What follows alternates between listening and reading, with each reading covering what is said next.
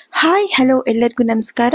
Welcome back to fishies kitchen. ಇವತ್ತು ನನ್ನ ಕಿಚನಲ್ಲಿ ನಾನು ಗ್ಲಾಸ್ ಬಾಟಲ್ ಸ್ಟಿಕ್ಕಿ ಆಗಿರುತ್ತಲ್ವ, ಅದನ್ನ ಯಾವ ಥರ ಕ್ಲೀನ್ ಮಾಡ್ಕೊಳ್ಳೋದು ಅನ್ನೋದು ಟ್ರಿಕ್ಸ್ ತೋರಿಸ್ತಾ ಇದ್ದೀನಿ. ನೋಡಿ ಈ ಥರ ರಿಮೂವ್ ಮಾಡೋಕೆ ಕೂಡ ಬರೋದಿಲ್ಲ ಪೇಪರು.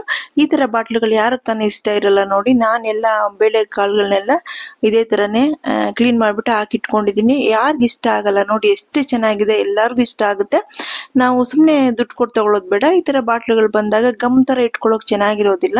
ಇದನ್ನ ನೋಡಿ ನೀರಲ್ಲಿ ಫಸ್ಟ್ ನೆನೆಸ್ಬೇಕು. ನಾನು ಆಲ್ರೆಡಿ ಇಟ್ಕೊಂಡಿನಿ, ಬಾಟ್ಲ್ ಎಲ್ಲ ತೊಳೆದು ನಿಮಗೆ ತೋರಿಸೋದಕ್ಕೋಸ್ಕರ ಒಂದು ಕಾಫಿ ಪೌಡ್ರ್ ಬಾಟ್ಲ್ ತಗೊಂಡು ಅದನ್ನ ಬೇರೆ ಬಾಟ್ಲಿಗೆ ಟ್ರಾನ್ಸ್ಫರ್ ಮಾಡಿ ತೋರಿಸ್ತಾ ಇದ್ದೀನಿ.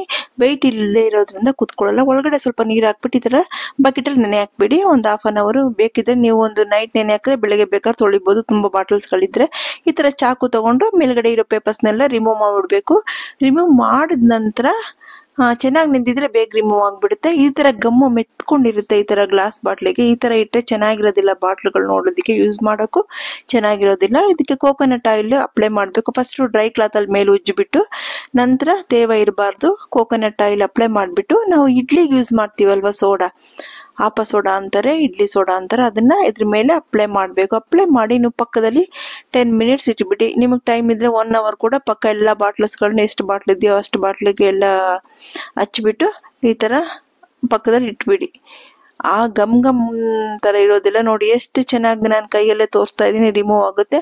ಒಂದು ಸ್ಕ್ರಬ್, ಸುಮ್ಮನೆ ಉಜ್ಜೋದೇನು ಬೇಕಾಗಿಲ್ಲ, ಸ್ಕ್ರಬ್ ತಗೊಂಡು ಇದನ್ನ ರಿಮೂವ್ ಮಾಡಿದ್ರೆ ಸಾಕು. ಅಲ್ಲೆಲ್ಲಾದ್ರೂ ಪೇಪರ್ ಏನಾದ್ರು ಮೆತ್ಕೊಂಡಿದ್ರೆ ಚಾಕುನಲ್ಲಿ ರಿಮೂವ್ ಮಾಡ್ಕೊಳ್ಳಿ. ಇವಾಗ ನಾನು ತೊಳೆದ್ಬಿಟ್ಟು ನಿಮಗೆ ತೋರಿಸ್ತೀನಿ.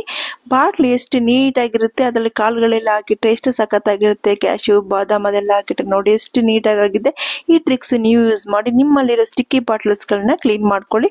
ಹಬ್ಬಕ್ಕೋಸ್ಕರ ನಾನು ಕಜ್ಜಾಯ ರೆಸಿಪಿನ ಪೋಸ್ಟ್ ಮಾಡ್ತಾ ಇದ್ದೀನಿ. ಎಲ್ಲರೂ ನನ್ನ ವಿಡಿಯೋ ನೋಡಿಪ್ಪ, ಸಬ್ಸ್ಕ್ರೈಬ್ ಮಾಡಿಪ್ಪ ನನ್ನ ಚಾನಲ್ನ. ನನ್ನ ಟ್ರಿಕ್ಸ್ ಇಷ್ಟ ಆಗಿದ್ರೆ ಲೈಕ್ ಮಾಡಿ. Thank you.